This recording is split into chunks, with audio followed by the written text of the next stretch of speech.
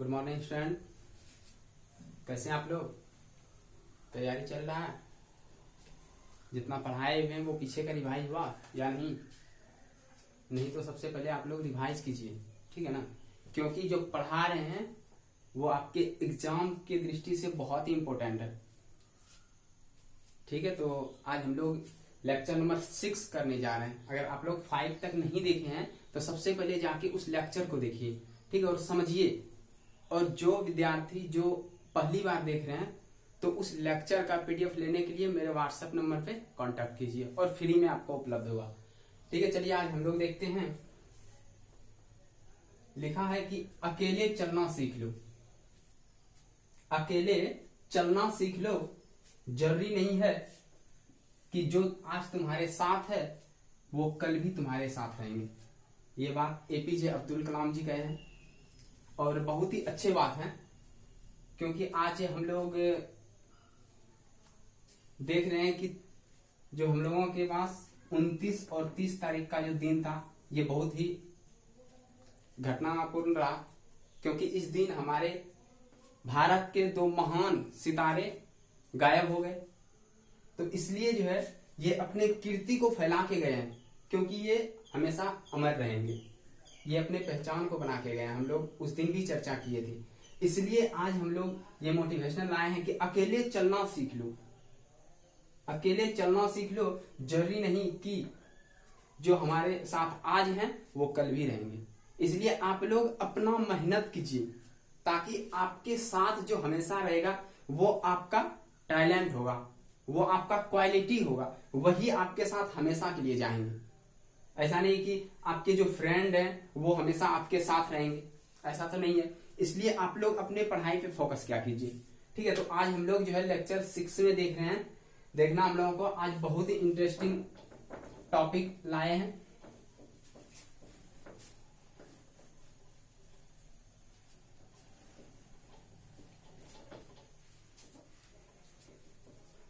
और आप लोगों को जो समझ में नहीं आए जो टॉपिक, उस टॉपिक के जो है नीचे कमेंट बॉक्स में आप लोग कमेंट क्या कीजिए और वीडियो को लाइक और शेयर जरूर कीजिए। आप लोग लाइक करने में कंजूसी करते हैं, पैसा तो नहीं लग रहा बट लाइक भी नहीं करते हैं, ठीक है? आप लोगों को वो वीडियो अच्छा लगे तो लाइक जरूर कीजिएगा। तो आज हम लोगों को देखना है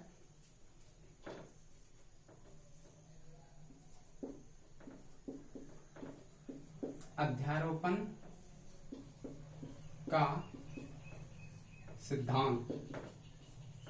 आज हम लोगों को अध्यारोपण का सिद्धांत देखना, और हम लोगों ने पीछे वाले क्लास में भी अध्यारोपण का सिद्धांत पढ़ चुके हैं।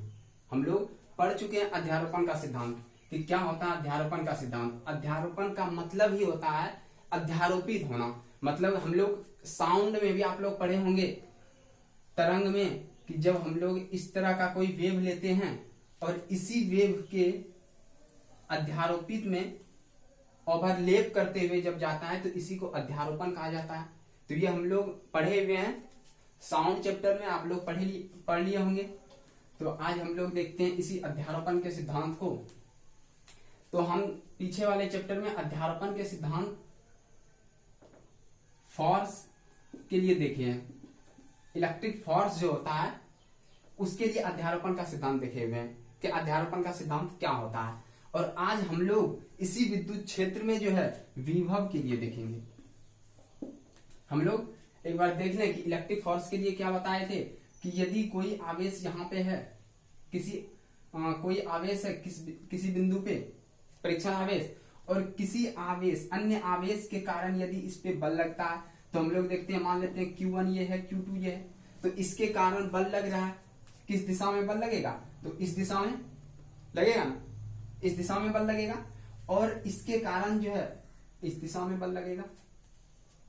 तो यदि हम बोलते हैं कि यहां से जो बल लग रहा है तो कैसा बल लग रहा है? F1 के द्वारा P पे लग रहा है तो 1P बोल देते हैं, F1P। और ये 2 के द्वारा लग रहा है तो इस पे यहां लिखते हैं F2P। तो हम लोग ये पढ़ चुके हैं बल के द्वारा। सेम कंडीशन आज हम लोग विभव के द्वारा देखेंगे। इसमें क्या होता है अध्यारोपण में? अध्यारोपण का मतलब होता है, ये अध्यारोपण के सिद्धांत में होता है कि ये एक निकाय होता है, एक सिस्टम होता है जिसमें आवेश का समूह होता है।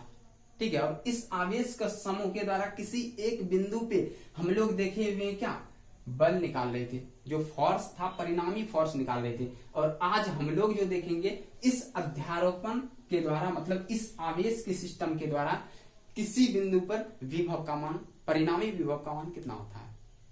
क्लियर है। तो यहां हम लोग, और ये एक बात और विशेष ध्यान कि इस प्रकार के जो सिस्टम में है, इस आवेश के कारण जो बल हो रहा है और इस आवेश के कारण जो बल हो रहा है, ये दोनों बल के मान में कोई अंतर नहीं होगा। इसके द्वारा जो बल लग रहा है उस पर कोई प्रभाव नहीं पड़ेगा, लेकिन हाँ इसके द्वारा जो बल लगेगा इसके परिणामी बल में अंतर होगा। ठीक है ना। परिणामी बल बदलता है, ना कि इसके द्वारा जो पहले बल लग रहा है उसके मान में कोई इफेक्ट नहीं होता, वो अप्रभावित रहता है। याद रखना है। तो बदलता क्या है, परिणामी बदल जाता है। पहले इसके द्वारा लगा था ये परिणाम था, अब इसके द्वारा लग रहा है तो इसके कारण और इसके कारण जो पूरा बल होगा ये इधर मान देगा। समझ में आया। yes, तो आज हम लोग चर्चा करेंगे कि इसी प्रकार का कॉन्सेप्ट विभव में भी है। हम यहाँ पे कॉन्सेप्ट बता रहे हैं, लेक्चर आप लोग बढ़िया से सुनिए। उसके बाद जो है आप लोगों को पीडीएफ, जो पहली बार देख रहे हैं तो वो भी फ्री में पीडीएफ कभी भी ले सकते हैं मेरे व्हाट्सएप नंबर पे कांटेक्ट करके। तो अध्यारोपण का सिद्धांत में आज हम लोग देख रहे हैं विभव के द्वारा। तो हम लोग डिफिनेशन कैसे बनाएंगे, सबसे पहले देखिएगा फिगर हम लोग कैसे बनाते हैं। ठीक है ना। तो डिफिनेशन से फिगर बना रहे हैं या फिगर से डिफिनेशन बन जाएगा। तो हम लोग अध्यारोपण के सिद्धांत में जानते हैं कि आवेशों का एक ऐसा सिस्टम, ठीक है, आवेशों का एक ऐसा सिस्टम या आवेशों, अनेक आवेशों के कारण एक ऐसा जो है समूह, अनेक आवेशों का एक ऐसा समूह जिसके किसी बिंदु पर, उसी के विद्युत क्षेत्र में, ठीक है ना, किसी बिंदु पर जो परिणामी विभव होगा, समझ में आ रहा है ना, कि मान लेते हैं कि कोई आवेश है, देख लेते हैं ये कोई आवेश है, ठीक है। एनसीईआरटी के अनुसार बताएं तो देखिए एनसीईआरटी बनाए हुए हैं कि इस तरह है, इस तरह है, कोई आवेश इस तरह है, इस तरह है, ये आवेश है, ये Q1 हो गया, ये Q2 हो गया, ये Q3 हो गया और ये Q4 हो गया। ठीक है। तो आवेश के कारण क्या उत्पन्न होगा, विद्युत क्षेत्र। इसी विद्युत क्षेत्र में कोई एक बिंदु हम मान लेते हैं कि यहाँ पे P है। ठीक है। तो इस आवेश के कारण हम लोग देखे हुए हैं कि किसी एक आवेश के कारण, मान लेते हैं ये कोई Q आवेश है, इससे R दूरी पे हम लोग देखते हैं कोई बिंदु P है, तो इस पे विभव निकाले हुए हैं। कितना निकल रहा था, तो V बराबर जो निकल रहा है वो कितना निकल रहा था, K into Q by R, ये निकलता था। yes, तो इसी प्रकार से हम लोग देखते हैं कि इसके द्वारा भी यहाँ पे विभव आएगा, इसके द्वारा भी यहाँ पे विभव आएगा। तो हम लोग देखते हैं, तो अब ये तो समझ में आ गया कि आवेश का एक प्रकार का सिस्टम है। कितना आवेश, n आवेश तक ले सकते हैं, तो n आवेश ले सकते हैं। और इसके द्वारा जो बिंदु P है, बिंदु P पर ही हमको परिणामी विभव का मान ज्ञात करना है। तो अब हम लोग देखते हैं कि इसके द्वारा इस पे जो विभव होगा, इस लाइन के द्वारा, मतलब ये हो गया दूरी, तो इसका दूरी कितना, ये है, इसका दूरी ये है और इसका दूरी ये है। हम लोग 4 आवेश देखे हैं, हो सकता है यहाँ n आवेश तक हो। ठीक है। तो हम लोग देखें यहाँ कि अगर हम बोले और इस सब का जो स्थिति सदिश है, स्थिति सदिश हम लोग मान लेते हैं कि माना कि एक ऐसा सिस्टम है Q1, Q2, Q3, Q4 dash Qn, एक आवेशों का ऐसा सिस्टम है जिनका स्थिति सदिश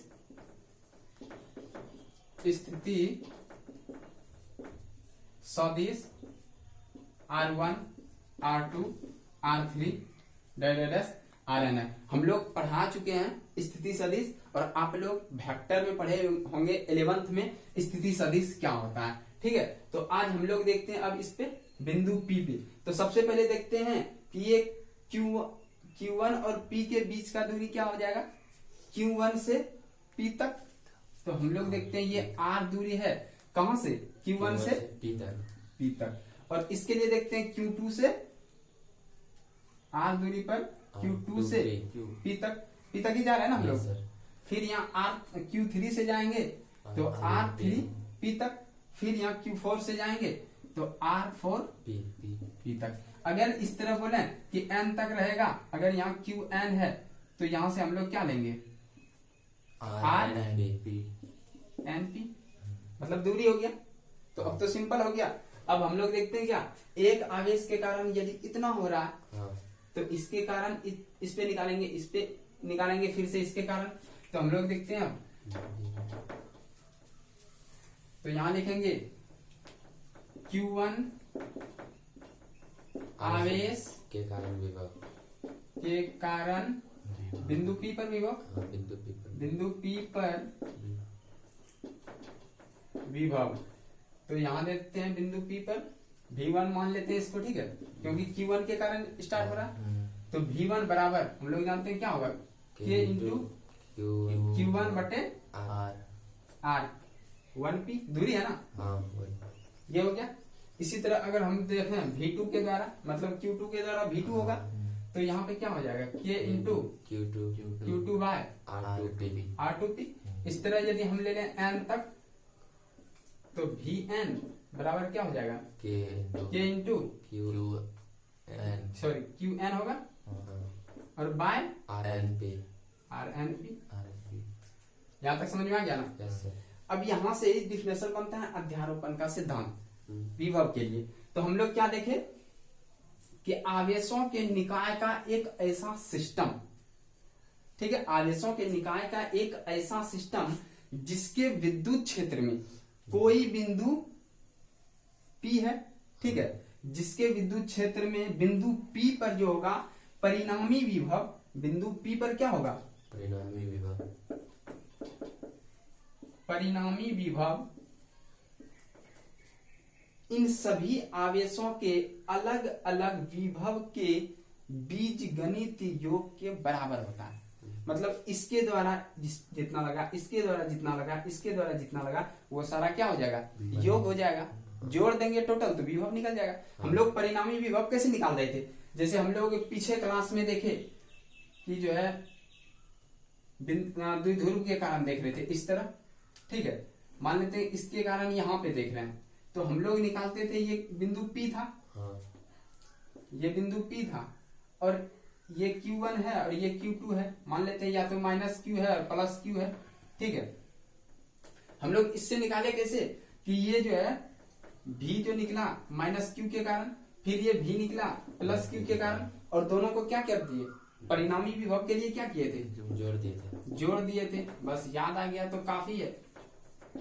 परिणामी विभव जैसे हम लोग Vp निकाल रहे थे, तो V प्लस Q और प्लस V माइनस Q। जो नहीं देखे हैं पीछे वाला वीडियो, फिर से रिक्वेस्ट है कि आप लोग बढ़िया से क्लियर कीजिए, क्योंकि ये उसी पे आधारित है, ठीक है ना। तो अब हम लोग परिणामी विभव जब दो बिंदु आवेश के लिए दोनों को जोड़ दिए थे, तो यहाँ तो बहुत सारा है, तो क्या करेंगे, इसको भी जोड़ देंगे, हो गया ना। अध्यारोपण का सिद्धांत इसी को कहते हैं। तो अब हम लोग थोड़ा ये फिगर मिटा रहे हैं, आप लोग समझ चुके होंगे, ठीक है।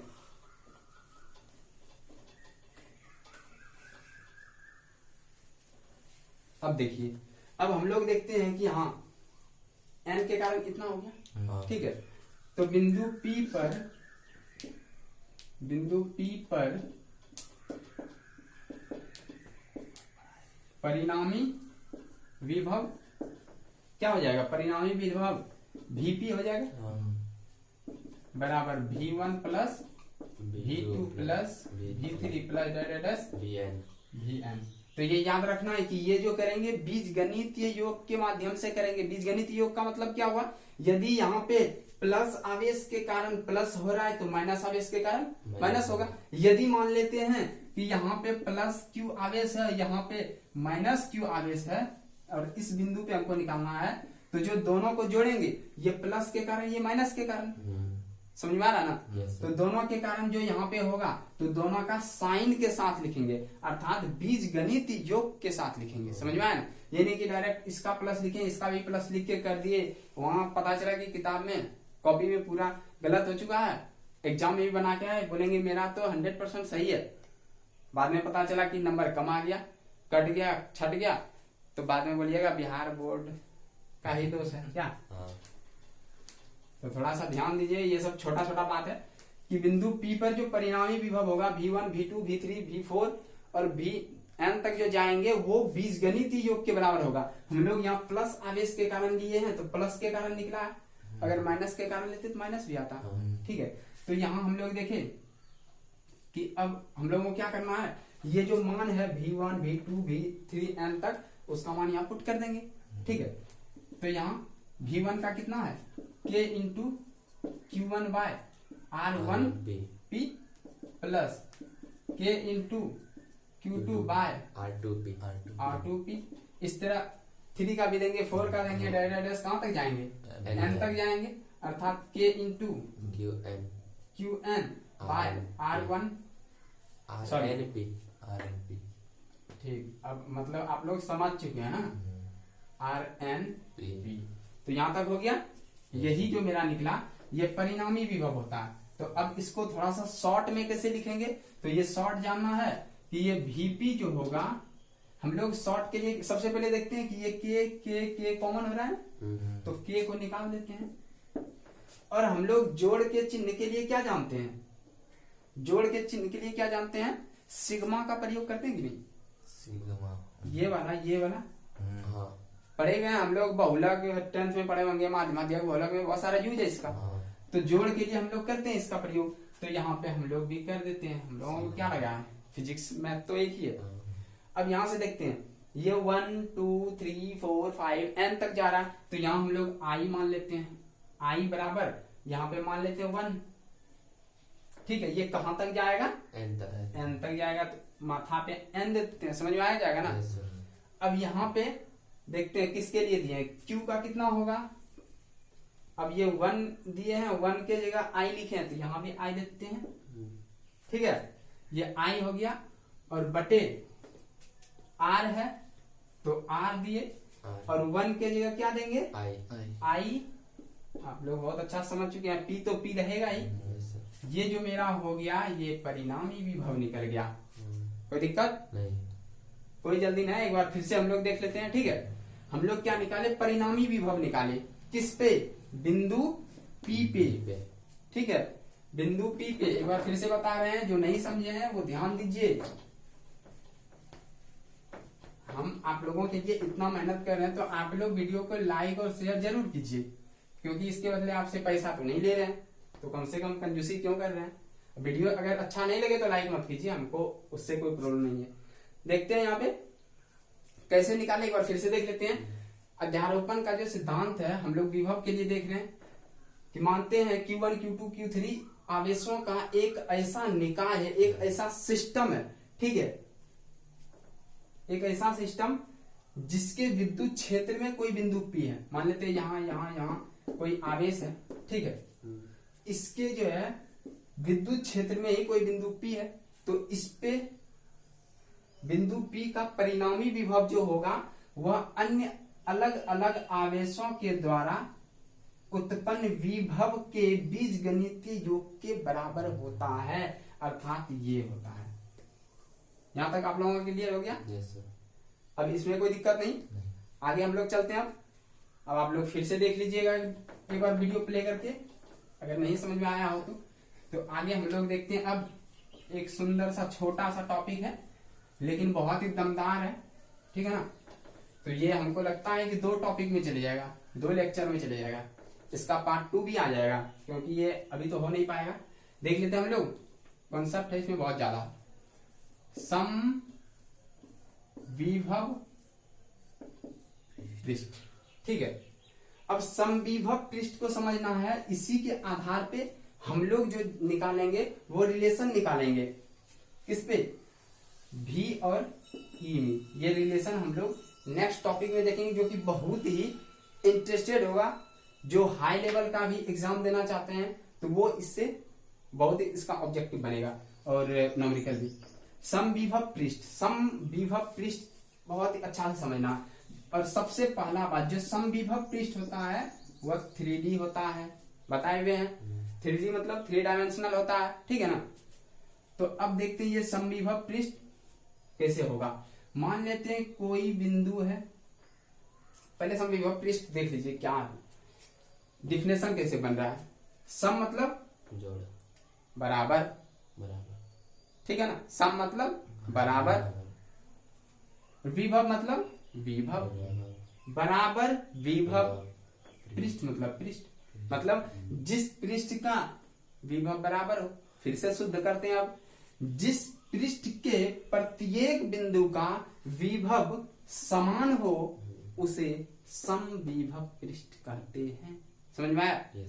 कि जिस विभव के जिस पृष्ठ के प्रत्येक बिंदु का विभव इक्वल हो, समान हो, तो वह समविभव कहलाता है। समविभव पृष्ठ, कोई दिक्कत? अब देखो, समविभव पृष्ठ को हम लोग बहुत विस्तार से देखते हैं, ठीक है। तो सबसे पहले जानना है समविभव पृष्ठ निर्भर किस पे करता है, निर्माण कैसे होता है इसका। निर्भर जो है दो माध्यम पे करता है, एक तो जो है माध्यम पर करता है समविभव, और दूसरा आवेश के वितरण पे करता है। पहला किस पे करता है, माध्यम पर, और दूसरा आवेश के वितरण पर, ठीक है। और माध्यम भी दो प्रकार का, एक समांग पे करता है, एक असमांग पे करता है। हमको इतना डीप चर्चा नहीं करना है क्योंकि आपके बिहार बोर्ड में इतना डीप से क्वेश्चन नहीं आता है, ठीक है। तो हम लोग को इस टॉपिक पे थोड़ा ज्यादा बहस नहीं करना है क्योंकि ये आपके लिए उतना यूजफुल नहीं होगा।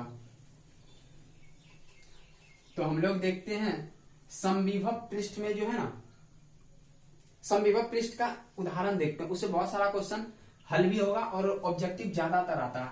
समविभव पृष्ठ, तो हम लोग देखते हैं सबसे पहला जो देखेंगे समविभव पृष्ठ, वो देखेंगे बिंदु आवेश के लिए। बिंदु आवेश के लिए, ये बिंदु आवेश कहाँ होना चाहिए, ये विलगित में होना चाहिए। विलगित का मतलब क्या होता है, आप लोग तो सुने होंगे, बताइए। आइसोलेटेड। अभी देखिए कोरोना का प्रभाव है, सब मरीज को क्या करता है, आइसोलेटेड कर देता। तो आइसोलेटेड का मतलब हुआ उसको कमरे में बंद करते हैं, उसका बाहरी नाता खत्म कर देते हैं। उसी प्रकार यहाँ भी उसी का यूज है, ठीक है ना। आइसोलेटेड का मतलब हुआ इस जो बिंदु आवेश को हम रखेंगे एक ऐसे जगह पे रखेंगे जहां इसको बाहरी इफेक्ट नहीं पड़े, उसी को तो आइसोलेटेड बोलते हैं। तो हम लोग बिंदु आवेश के लिए समविभव पृष्ठ देखते हैं। तो बिंदु आवेश के लिए क्या होगा समविभव, बिंदु आवेश के लिए देखिए, मान लेते हैं कि ये कोई बिंदु आवेश है, ठीक है। मान लेते हैं ये प्लस कोई बिंदु आवेश है, ठीक है। और इससे ये एक पृष्ठ बना दी, ठीक है। तो समविभव पृष्ठ का मतलब क्या हुआ, इस बिंदु आवेश से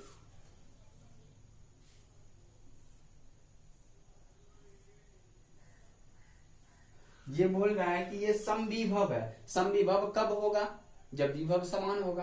अर्थात इस बिंदु पे जितना विभव होगा, मान लेते हैं ए बिंदु है, यहाँ पे बी बिंदु है, सी है, डी है, ई है, एफ है, जी है, एच है, आई है, जे के एल, कुछ भी अनंत तक हम लोग क्या ले सकते हैं, बिंदु बना सकते हैं। तो ये जो जितना बिंदु है इस सब पे विभव समान होगा, ये बात बता रहा है, यही कहलाता है समविभव। अब हम लोग देखते हैं कि सर विभव समान कैसे होगा, क्योंकि हम लोग जानते हैं कि जो विभव होता है वह किसी आवेश के कारण किसी बिंदु पे क्या होता है, V बराबर के Q बाय R होता है। हम जानते हैं विभव कब समान हो सकता है, जब वो इक्वल दूरी पे रखा हो। आवेश तो एक ही है, K तो कांस्टेंट है। तो हमको देखना क्या है कि ये दूरी जब समान हो जाएगा तो ये समविभव बन जाएगा। तो यहाँ हम देख रहे हैं ये गोला है, तो जब गोला है तो ये R है, ये भी R है, ये भी R है। समझ में आया क्या? Yes sir. तो ये R है, तो सभी जगह जब ये दूरी बराबर ही है तो इसका मतलब विभव समान होगा। क्योंकि हम देखते हैं बिंदु A पर A का विभव, A का विभव VA अगर निकालते हैं तो K into Q by R होगा। B का विभव VB K into Q by R होगा। C का विभव तो VC K into Q by R होगा। मतलब जितना भी निकाले अनंत तक जाएंगे तो क्या होगा, विभव सेम होगा ना। जब विभव समान हो गया तो इससे हमको एक कॉन्सेप्ट मिलता है कि जब विभव समान होगा तो विभवांतर क्या होगा, हम लोग पहले पढ़ चुके हैं, आप लोग ध्यान देते नहीं है। तो इसमें हम क्या कर सकते हैं, आप लोग जब खुद से मेहनत नहीं कीजिएगा तो हम भी कुछ नहीं कर पाएंगे। जब विभव समान हो तो विभवांतर 0 होगा, क्योंकि विभव के अंतर को क्या कहते हैं, विभवांतर। विभवांतर। अंतर जब हम लोग कर रहे हैं तो दोनों का अंतर क्या होगा, 0 दोनों का अंतर क्या होगा, 0। जब विभव समान हो तो अंतर 0 होगा, उसी को तो विभवांतर कहते हैं। तो विभवांतर क्या होगा, 0 होगा। ठीक है, अब हम लोग थोड़ा सा यहाँ देख लेते हैं, इसको मिटा रहे हैं। ठीक है, अब देखिए कि हम लोग अगर बोल दें कि विभव A से B तक निकालें, बिंदु A से B तक का विभव, तो हम लोग क्या बोलते हैं, VAB होगा। बिंदु A से B तक, A से गए B तक, विभव A से B तक, A से B तक बराबर क्या हो जाएगा, विभव A से B तक। हम लोग क्या करते हैं, विभव कैसे निकालते हैं, फाइनल माइनस इनिशियल, मतलब अंतिम माइनस प्रारंभिक, अर्थात B में A घटाएंगे, अर्थात VB माइनस VA। ठीक है, अब देख रहे हैं VB का मान इस बिंदु पे कितना है विभव है, यहाँ पे, ये यहाँ पे निकाल रहे हैं, तो इस पे कितना है विभव, K into Q by R, इस पे भी कितना है, K into Q by R, ये दोनों विभव है इतना। तो जब हम लोग VB का मान रख देते हैं K into Q by R minus K into Q by R बराबर 0, दोनों कट के क्या हो जाएगा, 0। 0। तो अब यहाँ पे जो विभव इतना निकला, इसी विभव को हम लोग क्या बोलते हैं, विभवांतर। बोलिए सर वो कैसे, क्योंकि इसको जब विभवांतर बोल रहे हैं तो विभव के अंतर को क्या बोलेंगे, विभवांतर। तो 0 हो गया ना, यस सर, समझ में आया। तो ये हम प्रॉपर्टी जब पढ़ाएंगे तो उस समय ये पूरा चर्चा होगा, ठीक है ना। और दूसरा बात फिर से यहाँ जान लें कि ये जो विभव होगा ये बिंदु A से B तक जाने में कोई कार्य नहीं करेगा। कारण अब तो दिमाग में खटक गया, ये कैसे होगा सर, जब यहाँ से जा रहा है तो कार्य तो होगा ही ना, ब्रिज से घूम के वहीं पे आ जाएगा। नहीं हम इतना तक ही लाएंगे, क्या जरूरी है हमको पूरा जाना, जब इतना ही जाएंगे तब तो लगेगा ना सर कार्य होगा। हम बोल रहे हैं कार्य 0 हो जाएगा तो टेंशन हो जाएगा, दोनों में बातचीत छिड़ जाएगा। तो चलिए पहले इसको हम क्लियर कर दें। हम बोलेंगे सर इस तरफ बता दिया, माइंड से उड़ गया, वीडियो डिसलाइक कर देंगे हम। तो चलिए हम लोग फिर से देख लेते हैं कि कैसे कार्य 0 होता है। तो हम लोग क्या जानते हैं, विभवांतर बराबर या तो विभव बराबर, विभवांतर बराबर क्या जानते हैं, कार्य बटे आवेश, ये तो जानते हैं कि नहीं। यस। तो विभवांतर बराबर कार्य, तो अर्थात कार्य हम लोग क्या कर रहे हैं, W कर रहे हैं, कहां से, A से B तक, A टू B तक कार्य कर रहे हैं, ठीक है। और यहां से हम लोग देख रहे हैं आवेश क्या है, Q0 आवेश है, आवेश Q0 ही रखा रहेगा यहाँ, Q0 आवेश है। और विभवांतर देख रहे हैं कितना हो गया, दोनों के बीच विभवांतर कितना आया, दोनों के बीच विभवांतर 0 आया ना। तो ये 0 ये क्रॉस कर देंगे तो 0 बराबर W होगा कि नहीं, A टू B, अर्थात कार्य बराबर 0 हो गया। समझ में आया। जब कार्य 0 हो गया तो हम लोग समझ गए कि किसी भी बिंदु पे चलें तो कार्य क्या होगा, 0। दूसरा विभवांतर क्या होगा, 0। समझ में आ गया ना। तो विभवांतर और कार्य दोनों 0 हो गया। अब हम लोग जो है ये एक बिंदु के कारण देखे पहला, दूसरा देखेंगे ये बिंदु आवेश था पॉइंट चार्ज।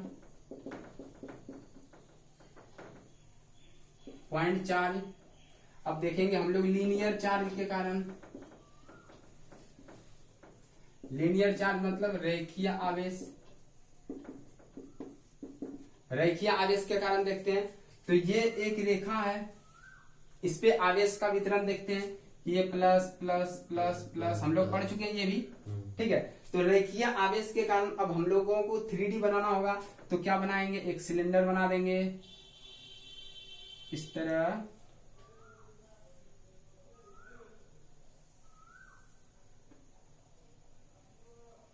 इस तरह एक सिलेंडर बना दिए, ठीक है। इसमें समझना है कि ये सिलेंडर बनाए तो अब देखते हैं ये दूरी यहां से यहां तक R होगा, ये भी दूरी R होगा, ठीक है। तो सभी जगह दूरी क्या है, R है।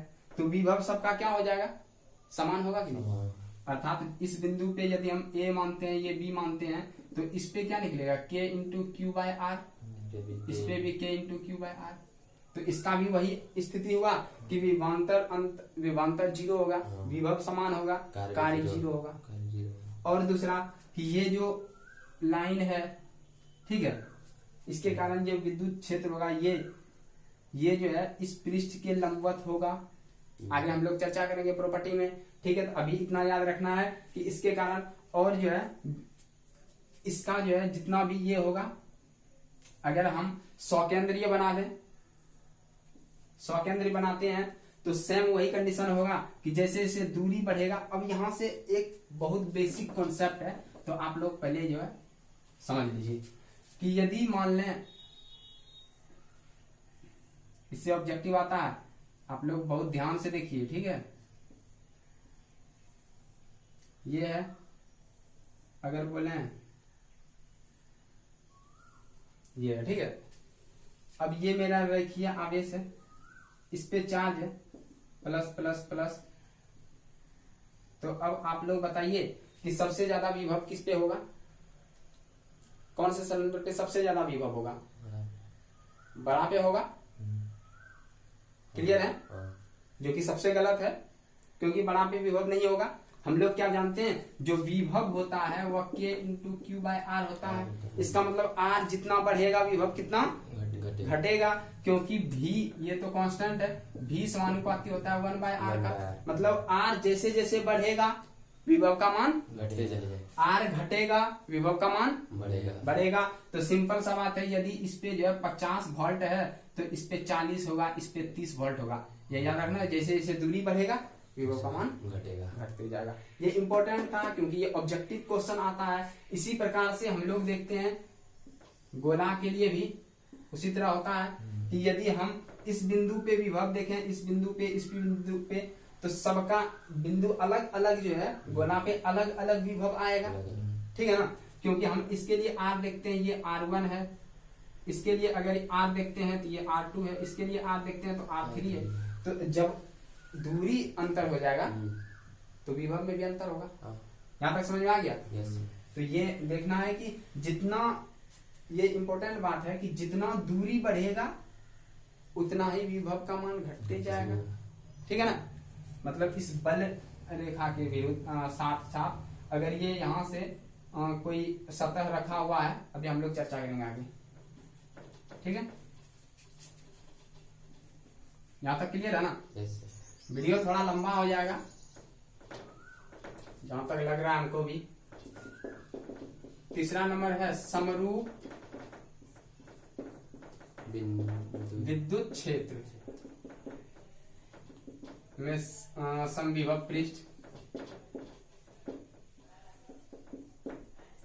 समरूप विद्युत क्षेत्र में समविभव पृष्ठ। तो हम लोग समरूप विद्युत क्षेत्र देखेंगे, ये इस तरह होगा, और हम लोग समरूप विद्युत क्षेत्र पढ़ चुके हैं, ठीक है ना। तो इसमें देखना क्या है कि इस पे जो है समविभव पृष्ठ हम लोग मान लेते हैं कि एक यहां पे रखते हैं समविभव पृष्ठ,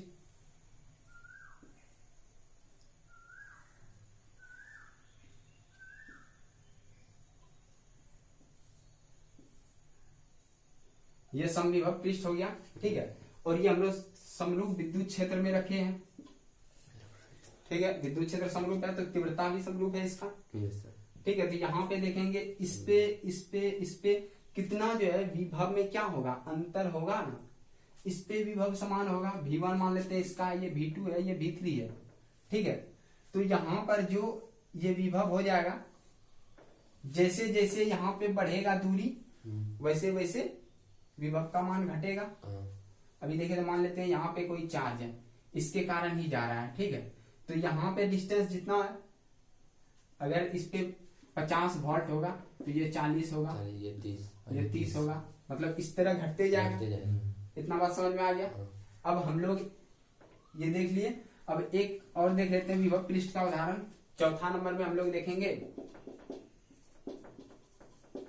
विद्युत द्विध्रुव के कारण समविभव पृष्ठ। तो विद्युत द्विध्रुव देखते हैं हम लोग विद्युत द्विध्रुव हम लोग देख भी चुके हैं कि ये और ये कोई विद्युत द्विध्रुव है, ठीक है। माइनस क्यू, ये मान लेते हैं यहाँ प्लस है यहाँ माइनस है, ठीक है, विद्युत द्विध्रुव के कारण। अब ये याद रखना है विद्युत द्विध्रुव है, ठीक है ना। तो हम लोग देखते हैं द्विध्रुव है, क्यू थोड़ा बड़ा बड़ा लिखेंगे।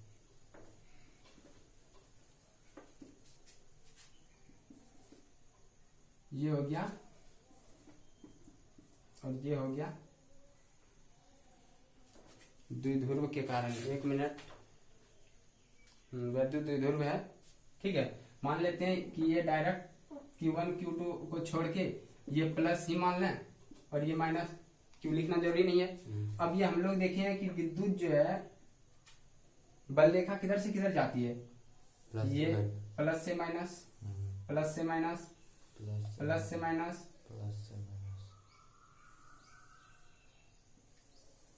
ठीक है। उसके बाद ये इस तरह इधर से भी जाएगी घूम के प्लस से माइनस,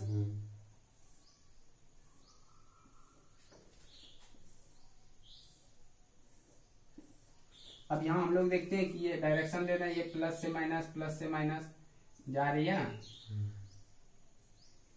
अब यहां पे जो है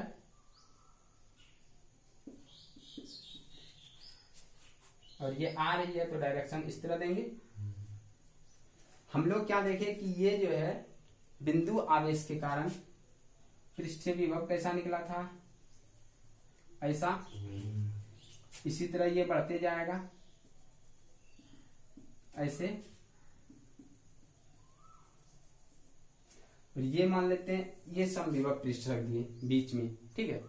तो यहां तक हुआ। अब इसके कारण भी इस तरह जाएगा, ठीक है। ये सौकेंद्रीय वृत्ताकार बना रहा है, गोला है सौकेंद्रीय गोला।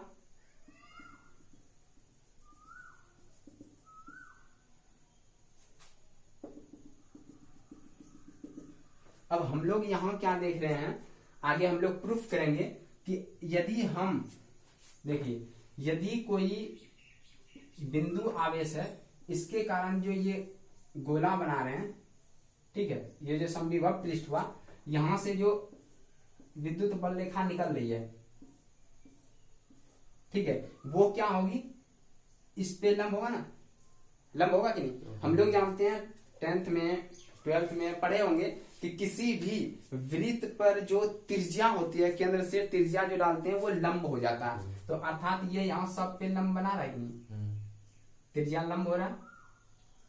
उसी प्रकार से यहां भी हम लोग देखेंगे कि ये जो निकल रही है इधर से, ये आ रही है इधर, तो इस पे लंब होगा कि नहीं, ये इस पे लंब होगा कि नहीं, ऐसे समझ में।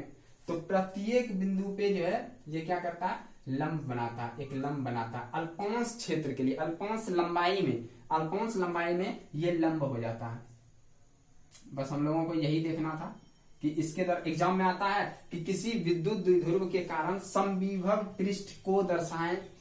समझ में आया, किसी विद्युत द्विध्रुव के कारण समविभव पृष्ठ की जो है रचना करें या चित्र बनाए, 3 नंबर में देता है। या पूछेगा किसी गोलाकार के कारण, किसी बिंदु आवेश के कारण बनाए, तो याद रखना है।